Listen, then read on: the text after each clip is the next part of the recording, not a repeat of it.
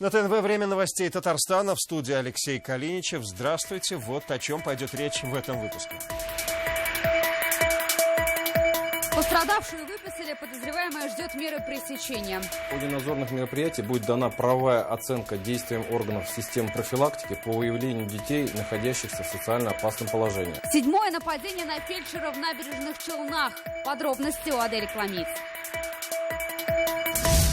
В ожидании большой воды. Начинает это опять подниматься вода.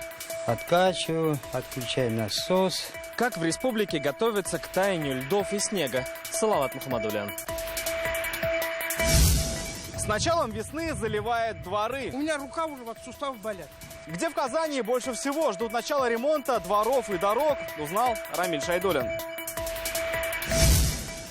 Протест против Платона. Зачем я должен платить, когда КПД 0? Я плачу за солярку, я плачу транспортный налог, я плачу за железки, мама дорогая. Татарстанские автовладельцы поддержали всероссийскую акцию. Подробно Альбина Миневаева.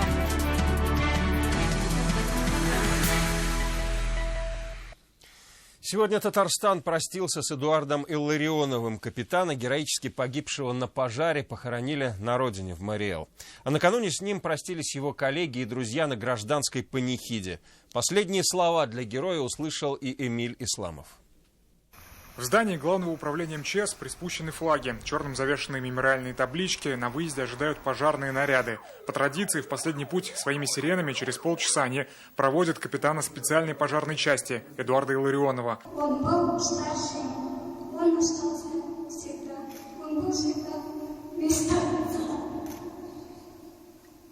Эдуарду много раз предлагали повышение и кабинетную должность, но он отказывался, всегда оставаясь на передовой. На пороховом заводе капитан пожары тушил не раз, так что выразить соболезнования на панихиду пришел и директор порохового завода. Специальная пожарная часть номер 3 прикреплена к этому предприятию. Мы подготовили материалы к награждению его орденом мужества посмертно, и за его грамотных действий мы сохранили целый караул.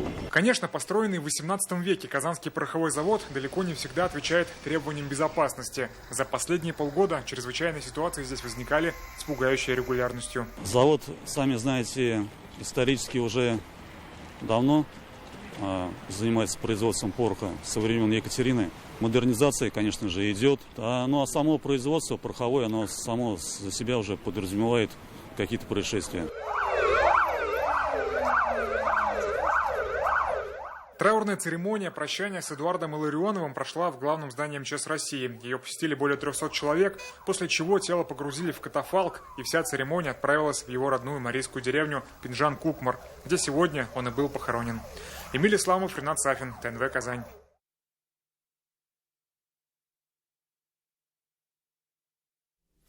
Врач выписан домой, а подозреваемые избрали меру пресечения. Резонансный случай произошел в Набережных Челнах. Фельдшеры приехали спасать ребенка, а в итоге спасать пришлось их самих.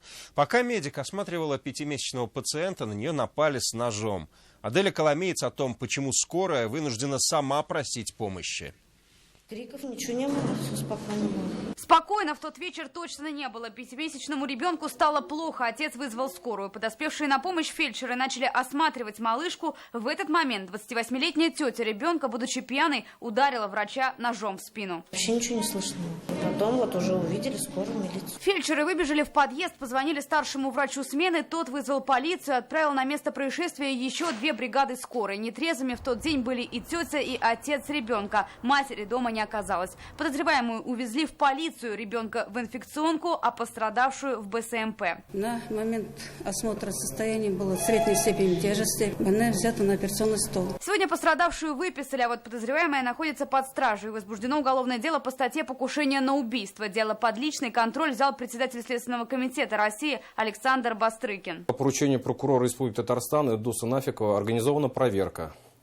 В ходе надзорных мероприятий будет дана правовая оценка действиям органов системы профилактики по выявлению детей, находящихся в социально опасном положении, а также действиям родителей, на предмет исполнения ими обязанностей по воспитанию и содержанию ребенка. Прокурор Ильдус Нафиков поручил дать оценку действиям тех, кто ответственен. Мать ребенка до сих пор не забрала дочь. Как сообщает прокуратура, она состоит на наркологическом учете, ранее судимая. А соседи говорят, у нее еще 3 детей в детдоме. Случай взбудоражил все медицинские сообщества страны. Фельдшеры заявляют, боятся ехать на вызовы. То, что сегодня происходит, нет никакого оправдания. Каждому врачу ведь кондиционер не поставишь, и каждому из них пистолет не дашь. Надо с обществом меняться, надо государству меняться, находить форму улучшения условий работы врача. В Госдуме уже задумались, как ужесточить меры наказания. Случай далеко не первый. С начала года это уже 7-е нападение на врача только в Челнах. В республике 14-е. В проекте, я не знаю, как в ходе обсуждения, к какому мы результатам решениям придем, но то, что будет усиление мер ответственности, это однозначно. Сейчас полиция разыскивает мать девочки. Сама малышка находится в доме ребенка. Вернется ли она домой? Большой вопрос. А как за произошедшее ответит подозреваемая, решит суд. Адель Кламиц, Гузель Шигапова, Сергей Вильданов и Ренат Сафин. ТНВ, Набережные Челны, Казань. Жди воды как беды, паводок на подходе. По самым худшим прогнозам, заложниками половодья в Татарстане могут стать около 20 тысяч человек в 220 населенных пунктах. Как контролируют неконтролируемый поток воды спасатели и где без резиновых сапог уже не пройти? Глубину проблемы исследовал Салават Мухаммадуллин. Улетает лед, на Казань теплый воздух идет. Пока в интернете вовсю снимают клипы на известную песню, лед действительно тает. Это видео к нам прислали из Кайбицкого района. Вода здесь уже вдоль автомобильной трассы. Вода приходит и в столицу республики. На Ягодной Слободе специальная канава для ее отвода уже практически наполнилась. Под угрозой потопления находится несколько десятков домов по улице Батаршина. Вот я откачиваю насосом. Анвар Хамидуллин живет вдоль канавы. Использует ее для откачки воды из подвала. Насос здесь включают через каждые 2 часа. Дом 57-го года. Все-таки садится же все. И вот при ямке вода.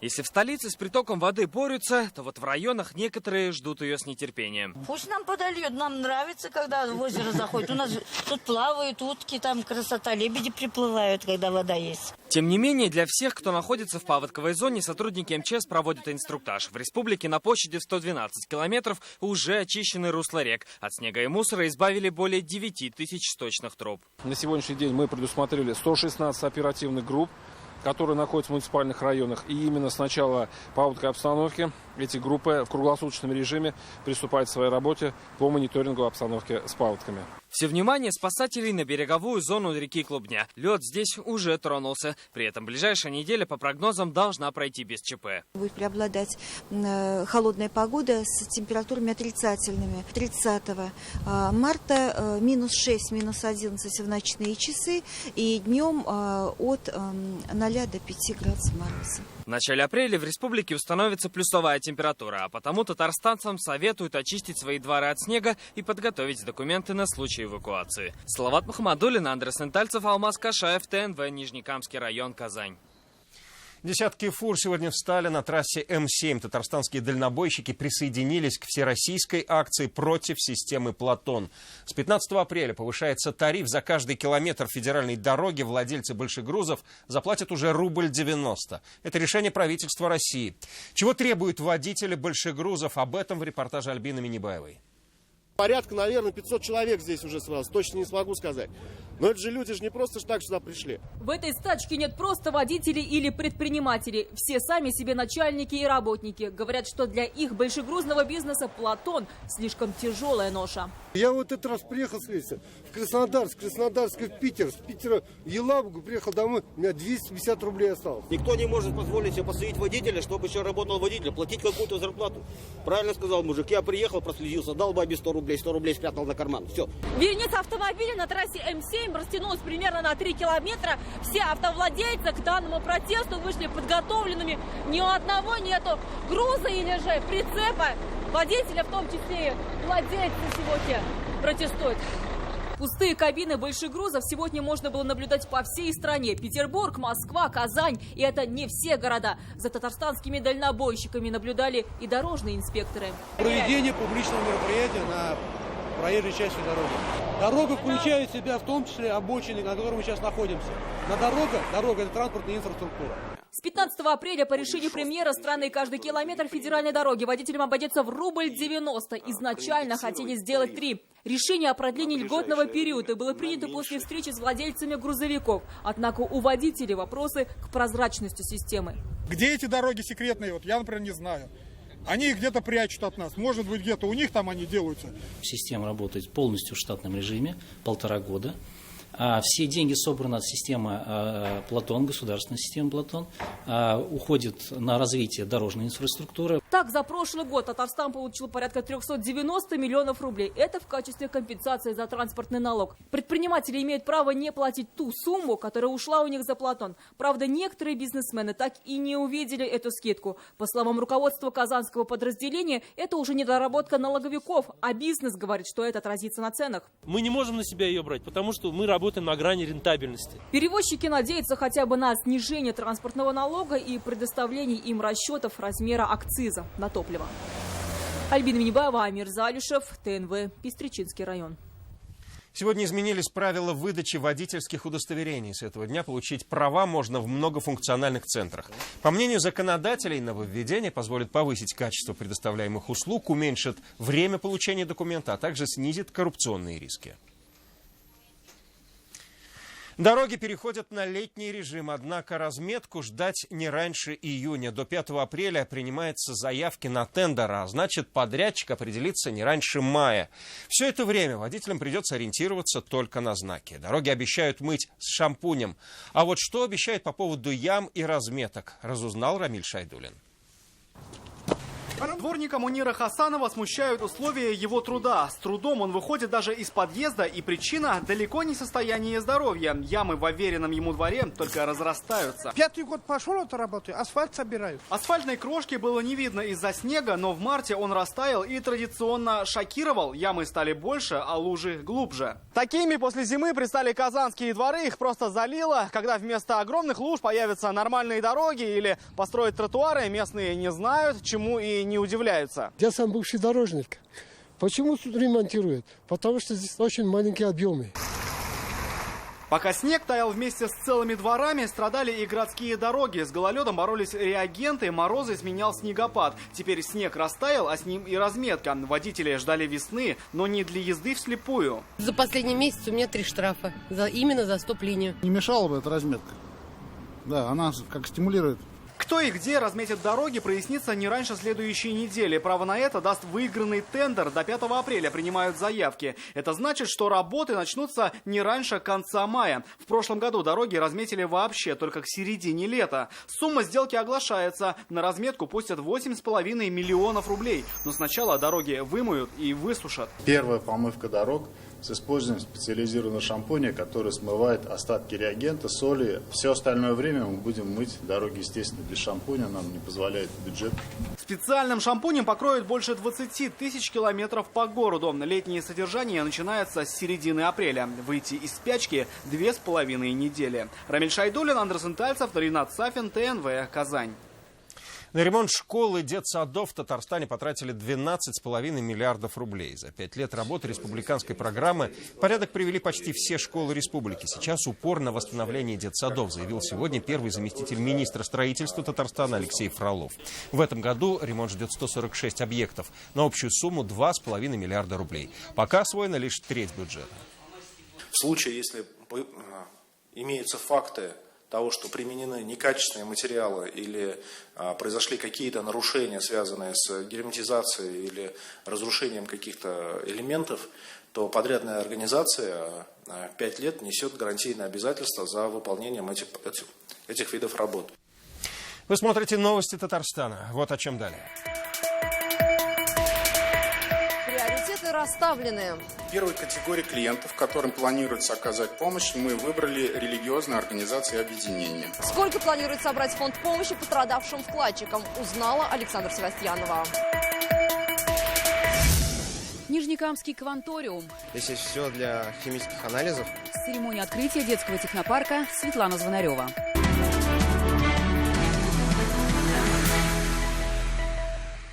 Совет Европы с участием татарстанского парламентария. Сегодня председатель Госсовета Республики Фарид Мухаммедшин с рабочей поездкой прибыл в Страсбург. Во французском городе спикер парламента примет участие в 32-й сессии Европейского конгресса местных и региональных властей. Верные приоритеты. Религиозные некоммерческие организации первыми могут рассчитывать на возврат денег от фонда поддержки пострадавшим вкладчикам. Сегодня об этом на пресс-конференции заявил один из учредителей Булат Бакеев.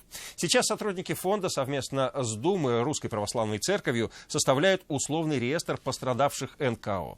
Вместе с этим решается вопрос с наполнением фонда. О перспективных доходах и колоссальных расходах Александра Севастьянова.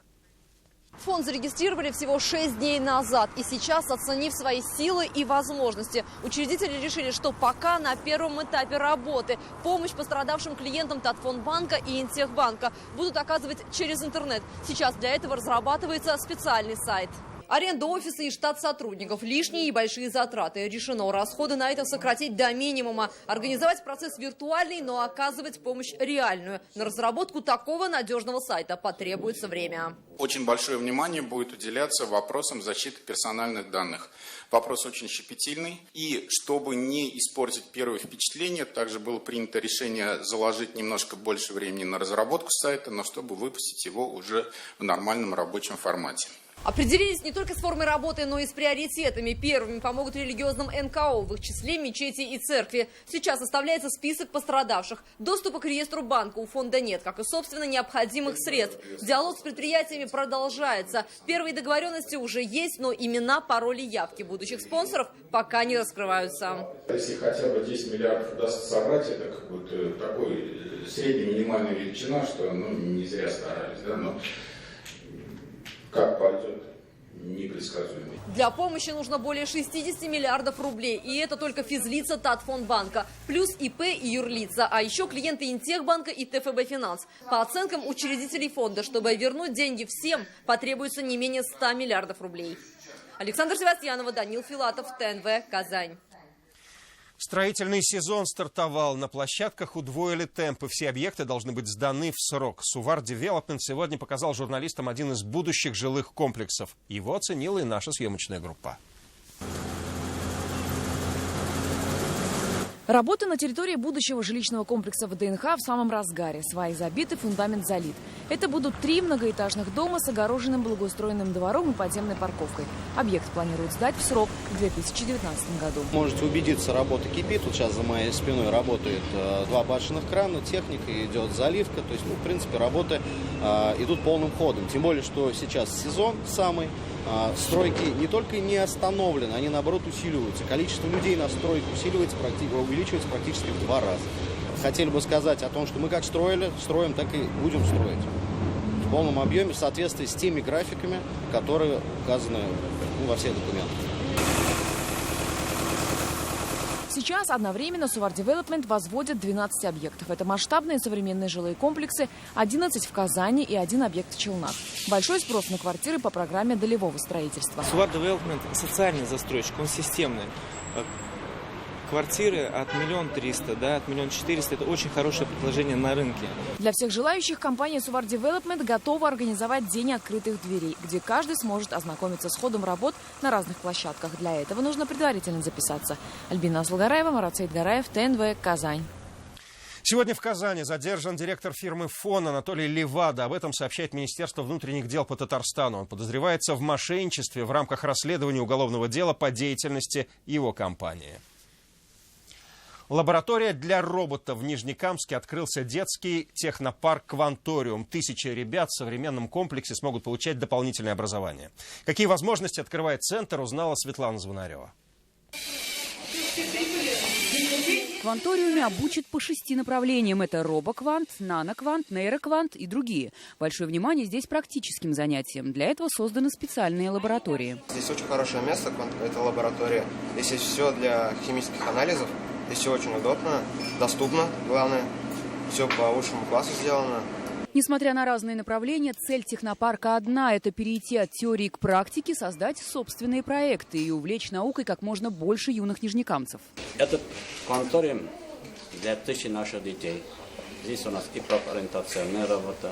Дети сами будут конструировать И дальнейшую судьбу они обязательно будут связывать этой наукой, этим направлением. Детский технопарк открыт на базе инжинирингового центра Казанского технологического университета. Строительство кванториума обошлось в 57 миллионов рублей. С самого начала будет сопровождение с педагогами нашими, промышленниками, чтобы это было и познавательно, и заинтересованно, в такой и в игровой форме дети наши получали те навыки, которые им помогут сделать, наверное, осознанный выбор. В технопарке будут обучаться дети разных возрастов. Например, студенты училищ и техникумов смогут пройти практику. Подобный кванториум уже есть в Челнах, а в планах открытие детского технопарка и в Альметьевске.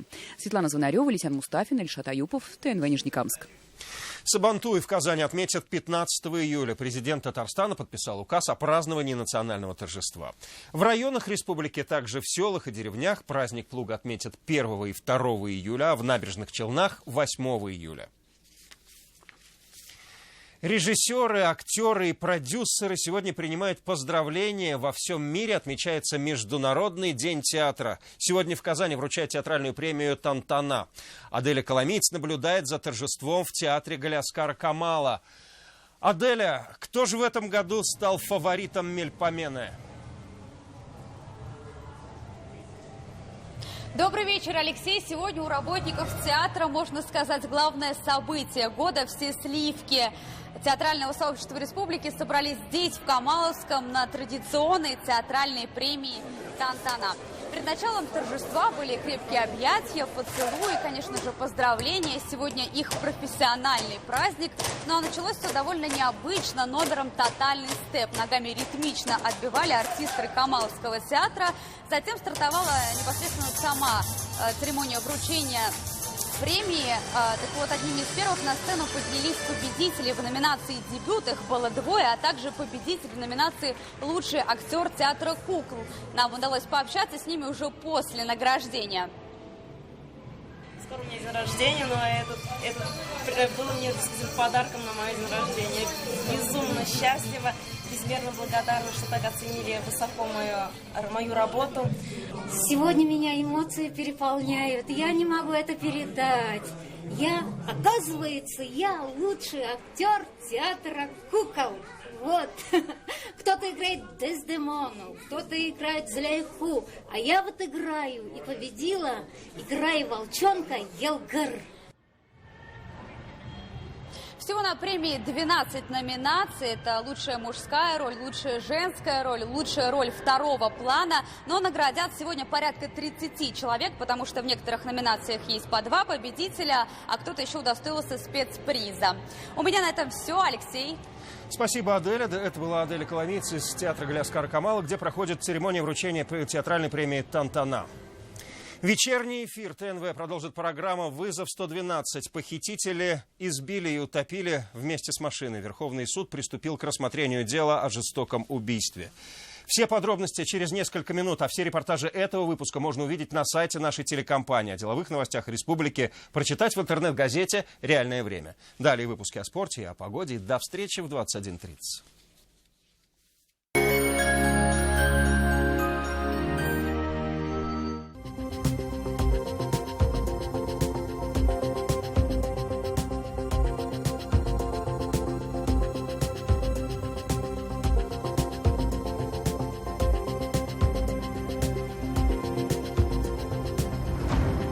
Казань-Оргсинтез.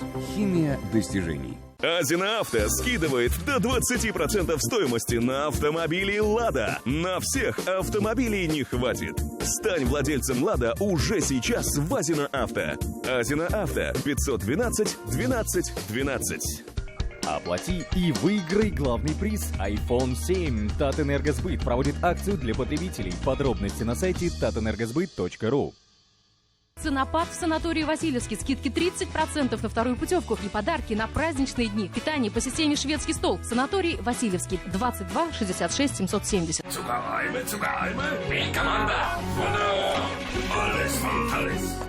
Жалюзи, рольставни, шторы и ворота. Покупайте в Стелле, а не у кого-то. Стелл. Во имя комфорта. Только в клинике Фарм-Т лечение аденомы и простатита на израильском аппарате Термекс. За 20 лет в мире установлено более 500 аппаратов и проведены миллионы успешных процедур. Без боли, без операции, за один сеанс. Весь март прием уролога с УЗИ всего 500 рублей. Форум автомобилестроения Республики Татарстан. С 29 по 31 марта выступления ведущих экспертов автоиндустрии, прямые переговоры, экспозиция китайских производителей автокомпонентов.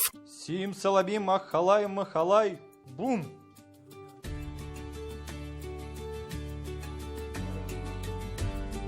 Пап, а ты что, работаешь волшебником? Тогда у нас на заводе все волшебники. И я, когда вырасту, пойду к вам на завод. Казань Оргсинтез. Сила традиций. Яңа ғасыр каналы Qozan шәһәр кинотеатрларында. Зур экраннарда Тотар классигі Гадел Кутуй әсәренә нигезләнеп төшерелгән Тапшырылмаган хотлар нәфис фильмын тәкъдим итә. Карамыйча калмагыз.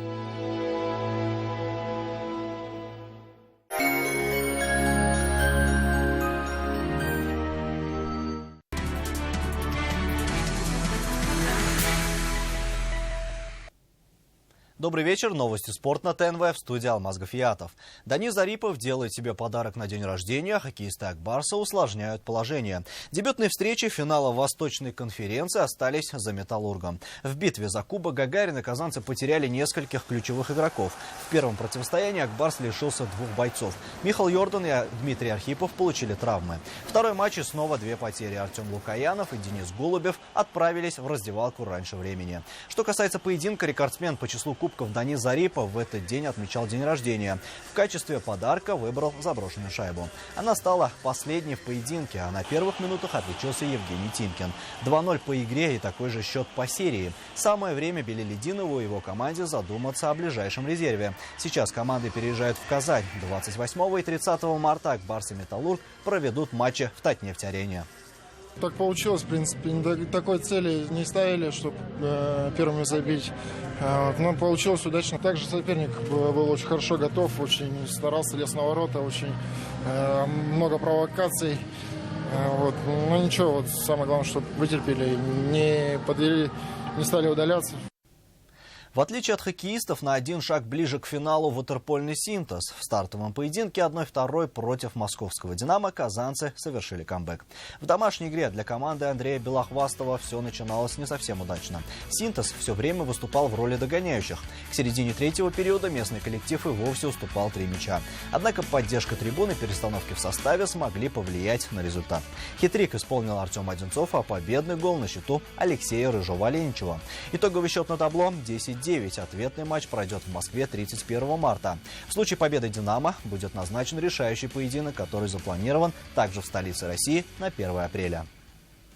И в завершении новости волейбола. В матче Суперлиги «Зенит» на выезде переиграл Белогорье. Команды не раз встречались между собой в рамках чемпионата России. И 6 раз подряд белгородцы не могут одержать победу. К тому же казанский клуб проводит отличный сезон. 24 победы без единого поражения. Главной изюминкой волейбольного «Эль-Классика» стал выход на площадку отца и сына. Вместе с Сергеем Тетюхиным впервые на официальном матче болельщики увидели его старшего сына Павла Тетюхина.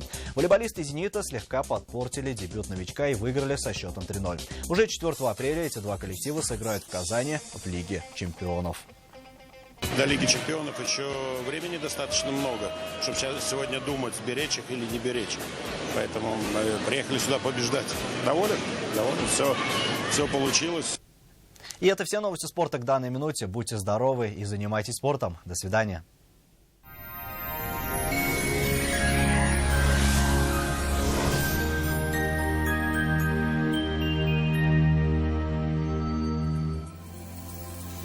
Здравствуйте! В эфире прогноз погоды.